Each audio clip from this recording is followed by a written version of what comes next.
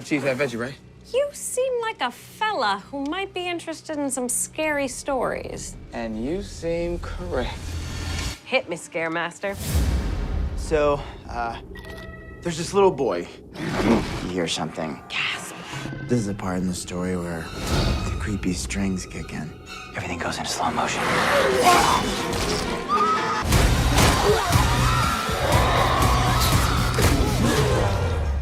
Fred, what are you doing with that poker? Is part of the story? Well, welcome. How are you doing, Josh? I'm good. My fiance is, chopping vegetables. I'm grabbing a LaCroix because it's 100 degrees here in California, and I'm gonna sit down and have a normal conversation. It's crazy. It's crazy right now. Well, it's great. I'm in Vegas, so it's crazy everywhere. So yeah. Well, thank you for having me. You know, first of all, I just love this movie. I absolutely love this film.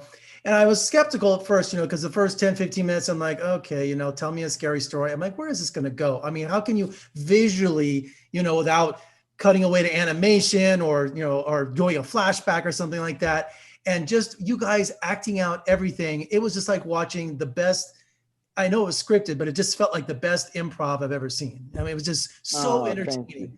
And I've heard your movie described as 3 parts comedy and 1 part horror. Yeah, I think the real crazy horror fans, the diehards who want to see buckets of blood aren't quite going to get that. This is more of a a Yorgos Lanthimos adjacent sort of a horror film with some funny voices to boot. But I'm just glad that as minimalist as it is, that it's been effective.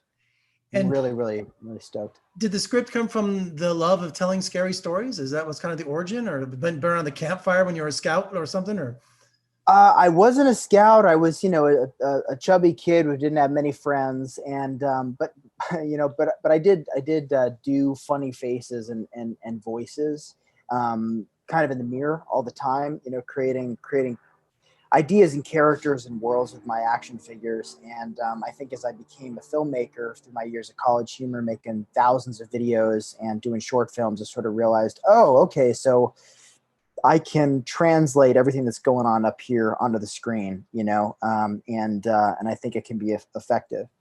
Well, you set the movie up like a play for the camera. Was that intentional? Because it seemed like a stage play. It sort of is by nature of it, right? I mean, I knew that I wanted to kind of embark on the challenge of doing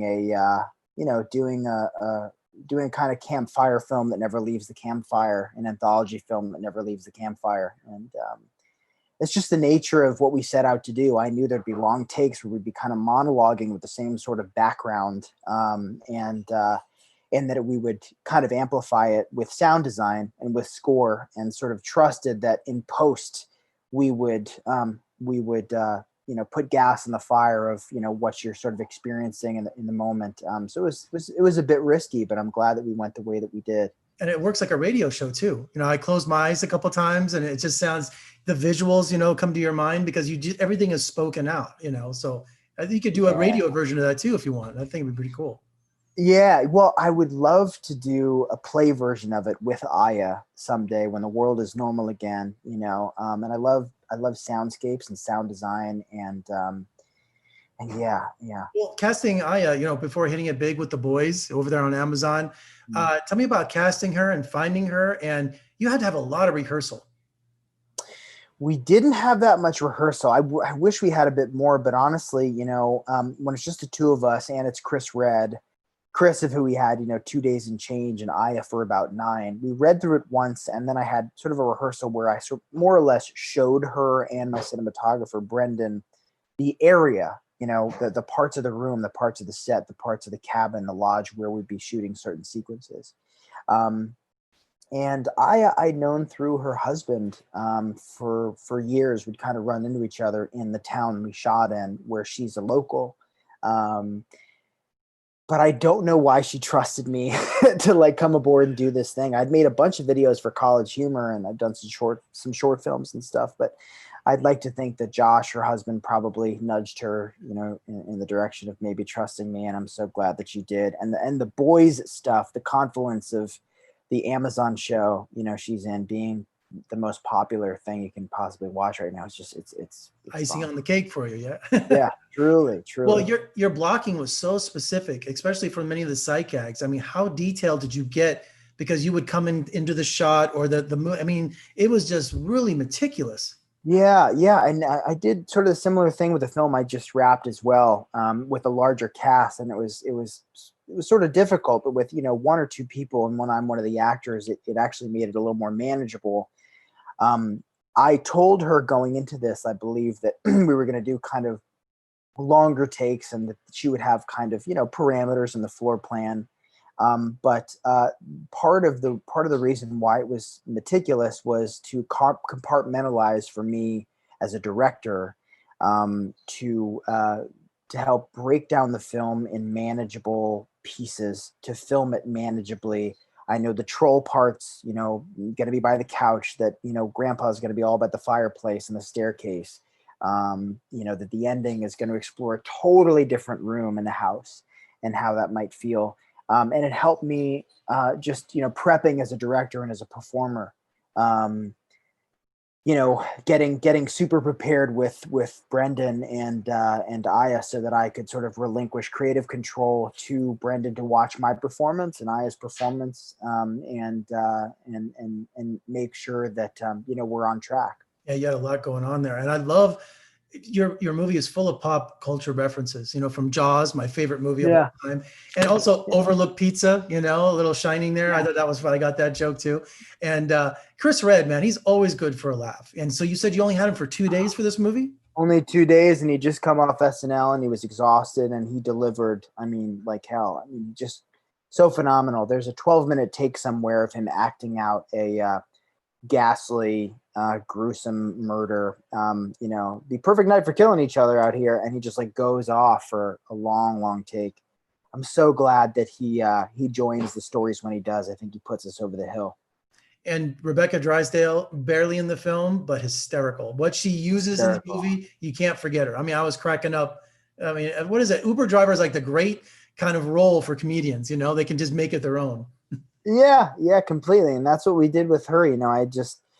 I said, hey, she's trying to make a connection. She's a desperate townie. Run with it. I knew how I wanted her to sort of look. I had the look in mind. It was a brilliant casting decision by Dan Powell, one of our producers. He'd worked with Rebecca for years, and she's brilliant. Mostly a writer. Such a great performer, and I'm so thrilled she's in this, and she steals every scene she's in too. And so that was a real cabin you shot in?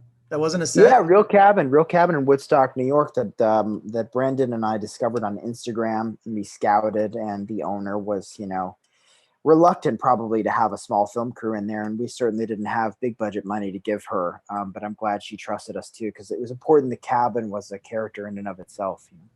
Favorite story that you tell throughout the film? I love Werewolf. That's my favorite one. Thank you. That means a lot. I love how Troll turned out. I really, really do. It's really dynamic visually. That got weird, man. The Troll got weird. Yeah. You were freaking me out with Troll. I'll tell you that. Thank you. Yeah, I loved exploring the kind of, the dark corners and the silhouettes and the weirdness of it, and the dynamic with the boss. I thought all that stuff was really, really fun to do. And you took this to Sundance this year. I was there. I couldn't see the film. It was hard to get into. How was that experience and seeing it with an audience? It was wonderful. I mean, it was such a surreal experience. I had 48 hours in Sundance because, I got there Thursday night and had to get back to Fleischman's, New York on Monday to start prep on my next movie, which was a wonderfully privileged position to be in. But it truly made Sundance, already a circus and a whirlwind, all the much more circus-like and all that much more of a tornado, because, it was press, junket after junket, essentially. And then, the moments I remember most are certainly introducing the film at the Egyptian and having the Q&A with the cast. But also just like kind of being at the condo with my friends and with my cinematographer and our fiancés. And it was great. Being the writer, director, producer, every hat you can think of. When you saw this movie with an audience, was there a joke that you went, wow, that didn't work? Or a laugh that, why are they laughing at that? I mean, were there moments like that because you never know what's going to work and not work until you get an audience in front of a movie like this. I didn't even really, you're so right. I mean, I didn't really think of it. I think it was more, I probably reacted more squirmy to how the audience wouldn't laugh at certain beats or certain kind of, moments I perceived to be more comedic. 12:30 or midnight in Sundance is a really, really tricky time. 11:59, whatever, whenever they start those movies are tricky because people they have a dinner, they have a few drinks, and then they start to get tired after that first 30 minutes. So, we weren't a splatterfest type of movie.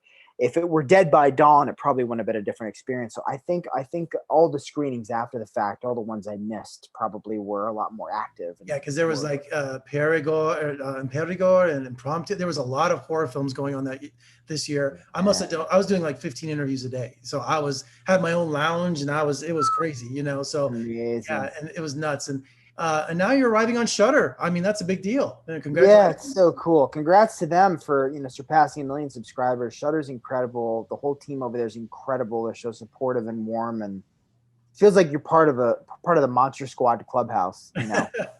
And finally, after your movie was done, I had such a great time with it. Mama Look a Boo Boo. I have never heard of that song before. I went right over to YouTube. I heard all these different versions from Harry Belafonte to the one that you played in the movie. What a crazy way to end the film, but what a great song. It was in my head for days. Oh man, thank you. We fell in love, rightfully so, with the Harry Belafonte version, which popped up on my Spotify some time ago, and I thought the lyrics were really relevant to the character and the dynamic between the two of them. I listened to it as a song of, about getting butthurt essentially. And Holly Miranda, who's a brilliant musician, was able to come in kind of at the last minute and do the vocals on the song. It would have been far more expensive, I think, to get Mr. Belafonte. So I'm thrilled it's in there, and I'm so glad you asked about that. Loved it's a great song. Loved that. Me too, man. Well, congratulations on a great film. It's right in time for Halloween. I think people are going to love this, and can't wait to see what you do next. We'll talk again soon. Come visit me in Las Vegas. We'd love to have you too. Thank you so much, Jeff. I really, really appreciate it. Thanks for having me.